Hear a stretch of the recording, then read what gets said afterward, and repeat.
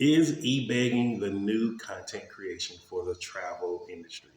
Hey, Jason here. If you've been watching the channel, you may have noticed I've been gone for a few months and I have not disappeared. I am still here. I'm going to still be creating content for you. However, I've just been getting some things situated. For those of you who know me and know my story, know 2 years ago, my wife, Cece, suddenly passed away while we were living in Colombia, in Medellin. And so after that, I've been taking my time, getting reestablished, getting resettled, and I finally found a new place that I'm making my home base, which is in Zambia. I'm technically in Lusaka, Zambia right now, the capital city. Um, and so things are starting to get settled in for me. One of the things that you will be seeing from me in future content is how I'm going about as I'm buying land here. Land is very affordable here. How I got settled here completely. If you haven't seen my video on how to actually register for your permit here, make sure you check that out. Also, I'm going to be talking to you about filming videos about how to get your health insurance. It is, I'm going to tell you right now, you're going to be amazed at the price of health insurance here. It is crazy. If I would have known about Zambia when I first left over 8 years ago, I would have came straight here. I'm just going to be honest with you. I would have not wasted any time going to Panama or even Colombia, even though I love both of those countries. But today I wanted to talk to you about this e-begging thing that's going on. So I've been with my time off, one of the things that I was doing, I was just trying to see where's the content creation stream, where is that going? Where is it leading to see what are the things that I could probably do and add into my content creation strategy. And one of the things that I do plan on doing is sharing with you more of my travels now. Now that it's just me, I'm not traveling as a family anymore. I'm going to just peel back some of those layers and let you see a little bit more about the things that I do, where I'm going, and just share with you and let you learn some of the places as I learned myself. However, one of the things that I see now is with the rise of this passport bro generation or whatever these guys want to call themselves, there's a whole subgroup of them that are just broken eBay. And there's nothing wrong with it. It's great that these guys have passports. It's great that they're seeing other countries. However, you cannot call everything content creation. Content creation is it's a very broad word, but there's a lot of things that don't go into it. And so that's why I wanted to explain. So before I talk about the e-begging thing, I want to just break down what is content creation. Content creation can be several forms of things that you can do. One can be live streams. Now, this can be in real life where you're walking around, letting people see as you're going through it in real time. It can be static content, like if you're watching this video right now on YouTube, this is a static video. And it can also be live streams where you're speaking. Like you may see some of my videos on TikTok where I'm just actually sitting down, talking with people, answering questions. And it's just a very more intimate way for people to get to know me. And I get to know some of the people who are liking my content. And it's a very fast way for people to actually get to interact with me. And for me, fast way for me to start getting to know the area that I am in a lot faster because people can tell me right there on the spot, hey, check this out, check this out. If you like this, go here, which is a great thing. Now, each of those have their own different ways of being able to produce revenue within them. In real life, IRL, where you're doing the live streams, you can do those you can get donations through Cash App, Zelle, PayPal, some of those different things. And depending on what country that you're in, or like if you're in YouTube, YouTube have where you can do super chats and the super stickers and things like that. And that is a very great way to create a revenue stream on there. Very great way. Now, don't knock anyone for doing that. With static videos like this, you can depend on getting ad revenue or generating money through YouTube or the platform that you're using.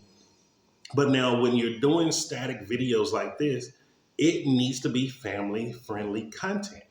And what I mean by family friendly, because I think sometimes people think family friendly means, oh, it has to be designated for kids or people with families. No, It just means it needs to be nothing on there that's going to be considered rated R. You don't need to be shooting women. You don't need to be showing over sexual things. Like, that's all it's asking for. And then you don't need to be having copywritten music within your videos. So when you're shooting stag videos, you do not want any copywritten music. When you're shooting live stream videos, you can handle a little bit of copywritten music um, because you're depending on a different level way to monetize off of that. Now, if you want to put that live stream on different platforms, you need to strip that music out of it, and you may just want to have like a generic. They have it here on YouTube, where you have people just with the generic like classical music playing on it, where it's not copywritten, and that is perfectly fine. Now, if you're doing actual live stream videos where it's like you're doing the sitting down talking in front of a person, you're going to be depending more on people donating to you. Now, a lot of people are doing a lot of these live streams, and they're considering that as, I'm giving you great content, I'm giving you great content, give me money. And this is where the e-begging has started coming into the platform. I watched a couple of guys, and it's horrible. I'm going to be honest with you. It is horrible. Because one of the things is when you're just begging for money, people, when they give up their hard-earned money, they remember every single thing that you say. So if you're lying, if you're doing deceptive things, or you're just not the most responsible with money, people are going to remember that and they're going to catch on to that. Man, this shirt getting too big. Hey, so I've been working out and I'm in that weird phase, where you reach that weird state of weight where you're not as small as you want to be, but you're not as big as you was, and everything's fitting you kind of weird. That's where I'm at right now. That's why I say after this go around, I am never going to allow myself to gain more weight again. I'm going to put in some things in place to keep my depression in check. And so just stay tuned because I'm going to be doing videos about that. And so, excuse me, some of these guys are just begging for money each and every day. Hey guys, we need another $200. Hey guys, we need $400 to go here. And I want to be very clear. As a content creator, it is not your subscribers or your audience job to pay for your life. You need to learn how to create content around your life. If that means you may have to just travel part-time until you're able to do it full-time, then that's just what that is. People don't owe you anything. Everyone in this world works hard for every single penny that they earn. I don't care if you're earning dollars, kwachas, rand, pula, pesos, francs. You're working your butt off for that. You're exchanging your time to earn that money. And when people think they just have the right to it, that you owe them something, that is not true at all. And the proper way to get people to donate and to support you is by providing them value. When people see so much value in something, they have no problem giving you money in return. And that is the difference between true content creators and these e-beggars. If you go and look at some of these big channels out here who put in the hard work to be a content creator, one of them I'm going to say, I'm going to use two of their names. This is Ace Live. I think it's just Ace Live now. He was in Colombia when I was in there. You could tell, like, at some points he was struggling a little. He's like, man, I got to figure out how to make this work. He just did a little redirect and he found his niche and found his lane, and he's doing great now. And I'm so happy to see that. I think he's now at over 500,000 followers. Great job. Second one is Sly's Life. I know Sly's a military veteran. He was in Colombia also when I was there, but he's been traveling around from country to country, and he puts out great value, great work. He shows you the different countries he's going to. He gives you different places where you can go eat, some of the tourist areas. And then after he leaves the country, he gives you a breakdown of the pros and cons about that country, the area that he was in. And I love that from his content. And you don't see these two out here begging on live streams, guys, I need money for this. We need to donate, we need to raise money for this. There is a difference. And I'm saying this because so many people want to get into this content creation uh, system, because it's a system. It's not something as simple as you think. It doesn't matter if you're doing TikTok, YouTube, LinkedIn, Kick, or any other platform out there. They all have a system to it. And until you work that system properly, you're not going to see the best results properly. And the other thing is, you have to understand what kind of content are you putting out there. Because I see a lot of these e-beggars, they're putting out very sexually explicit content. They're really just going to these countries for one thing and one thing only. They're not really showing you value. They're not showing you good places to go. Oh, this is some good things. There's ways to save money here. Here's the most efficient way to get around this country. They're showing you just women. And if you notice, they're all going to the same countries over and over again, because those are just the ones that people go to for that. And I'm just gonna be honest with you, that content is not family friendly. Now, me as a guy who is now single again, no longer married, I don't even want to see that content. It's boring. It's nothing of value in it. Let's be honest, like, we live in a world now where there's so much more to offer, man. Like the fact that, like, I'm living in southern region of Africa. I'm in Lusaka, Zambia. How many people 20, 30 years ago could say they had the chance to uproot themselves from America, go live in Zambia or go live in Africa? How many people could say that? Not many. So just being able to do these things of traveling the world now, it is now have made to a space where so many people are looking at us. So many people are wanting to know this information. It's so much more information to give people than to focus on this very narrow sect of the population that are women hungry.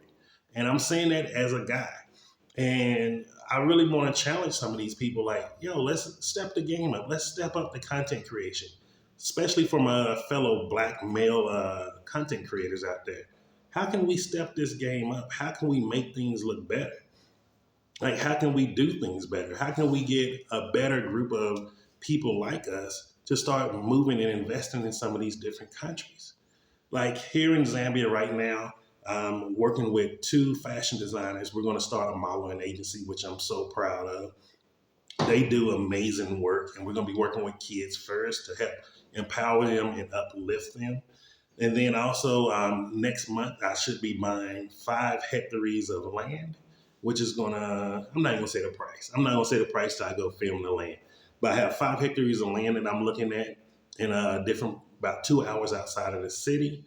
And that's amazing. Plus, I have 20 hectares of land that I purchased with someone out in Eastern Province in a remote village, which we're actually getting the land cleared out now to get ready for farming coming this October, which is exciting news. And like, there's so much other things here. So, like in I think July, I'm going to be going to the Copper Belt. So I'm going to actually rent a car and drive out there and film it and live stream and do static video shooting. So that way you can actually see what it looks like here in Zambia. You're going to be able to see what is it like to rent a car here, how are the roads here, is it difficult here? I'm going to be walking you through on how to get your international passport here. Very simple if you're coming here as an American. How to get your NRC, which is your national registration card, where to get it, because you don't want to get it here in Lusaka. How to register for NEMA, which is their national health care here. How much does it cost? And all of these different things, like all of these things are things that a lot of people not only want to know, but need to know. And those are the things that will be of value. And so I just wanted to share that with you because I don't want people to feel like if you want to be a content creator, you have to be e-begging. You never have to beg anyone for money. You shouldn't be even in that place of begging people for money. If your resources are that limited, I'm going to be honest with you, you should probably focus more on getting the bag a little higher and then start focusing on full-time travel. There's nothing wrong with doing part-time travel. And I'm gonna tell you right now, if you're someone who does part-time traveling, but you're like, man, I just want to film more, talk about your day-to-days at work. Go through people with on how you're learning to budget or how you're budgeting better. Like those are the things that I wish I was doing when I first decided to leave, because for me, people just like, oh, he must have a lot of money. He just up and left. No, I first started budgeting using the Dave Ramsey system. Then I started using Susie Orman to understand how to utilize credit better. I did a process. This just wasn't something I woke up and decided to do overnight. It was years and hours of hard work that I put into to discipline myself to get to the place to where I am now. And so I just wanted to share that with you today. If you have any questions or anything that you personally want to see about Zambia, just leave me a comment down below in the box. And most importantly, just remember, success is simple once you know how.